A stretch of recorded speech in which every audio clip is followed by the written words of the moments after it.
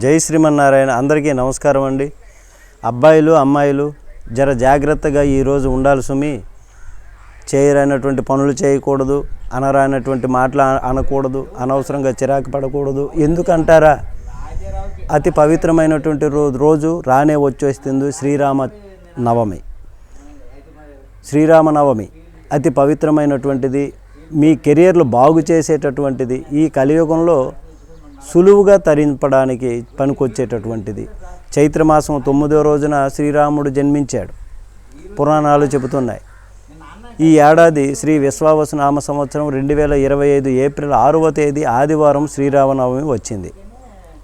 సాయంత్రం 7:22 వరకు కూడా ఉంటుంది. చైత్రశుద్ధి నవమి రోజున మధ్యాహ్నం అభిజిత్ ముహూర్తంలో శ్రీరామచంద్రుడు జన్మించాడని పురాణాలు చెబుతున్నాయి. శ్రీరామమూర్తి జననము, వివాహ మహోత్సవము, పట్టాభిషేకము ఆ రోజే జరిగాయని, కాబట్టి ఈ 3 పవిత్రమైనటువంటివి ఆ స్వామికి ఆ రోజే జరిగినటువంటి, ఒకే రోజు జరిగినటువంటి విధంగా కనుక ఆ రోజుకి అంత పవిత్రమైనటువంటి పవిత్రత ఉంది. కాబట్టి అమ్మాయిలు అబ్బాయిలు చాలా జాగ్రత్తగా ఉండాలి సుమి. ఈరోజు మీరు ఇంట్లో ఉన్నటువంటి వాళ్ళ మీద చిరాకు పడటం, 6వ తేదీన 10 గంటలకు 12 గంటలకు ప్రతిరోజు అలాగే లేవటం, అందులోనికి ఆ రోజు 12 గంటలకు 10 గంటలకు లేవటం ఇట్లా చేయకండి. అలాగే మొబైల్లో చాటింగులతో ఉండటం, అనవసరమైనటువంటి మాటలు మాట్లాడటం, ఒక కళంకితమైనటువంటి విషయాలలో మాట్లాడటం, అలాగే మాట్లాడరానటువంటి వాటిని గురించి మాట్లాడటం, పెద్దలను గౌరవించకపోవటం, మనం వేసుకునేటటువంటి డ్రెస్సు ఆ రోజు అలంకరణ ఆధ్యాత్మిక అలంకరణతో ఉండేటటువంటి విధంగా వేసుకోవాలి.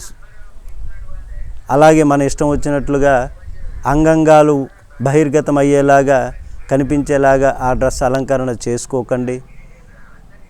కనుక మీరు ఆ రోజు పెందలాడనే లేచి పెద్దలకి గౌరవించి తలంటూ స్నానం చేసుకొని రామాలయానికి వెళ్ళండి.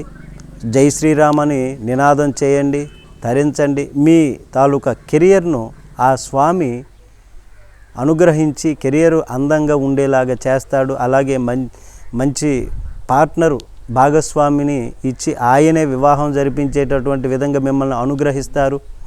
ఆ తలంబ్రాలను మీ తల మీద వేసుకోండి. వివాహం కాలినటువంటి వాళ్ళు మంచి మంచి సంబంధాలు ఏర్పడి మీకు వివాహం జరుగుతుంది. ఆనందంగా ఆహ్లాదంగా మీ జీవితం ఉంటుంది, కెరియర్ కూడా బాగుంటుంది. కాబట్టి మీరు ఈ విధమైనటువంటి చేయరానటువంటి పనులు, అనవసరమైనటువంటి చాటింగ్లు, అనవసరమైనటువంటి ప్రస్తావనలు, అనవసరమైనటువంటి ఫ్రెండ్షిప్లు, మంచి లేనటువంటిది ఏ ఒక్కటి కూడా చేయకూడదు.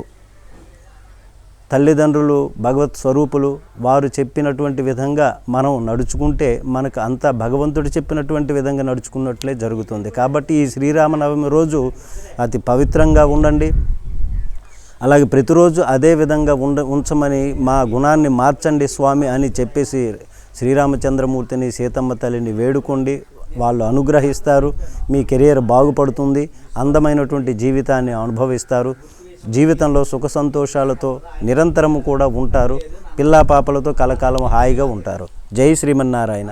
ఈ వీడియో కనుక మీకు నచ్చినట్లయితే లైక్ చేయండి, సబ్స్క్రైబ్ చేయకపోతే సబ్స్క్రైబ్ చేయండి.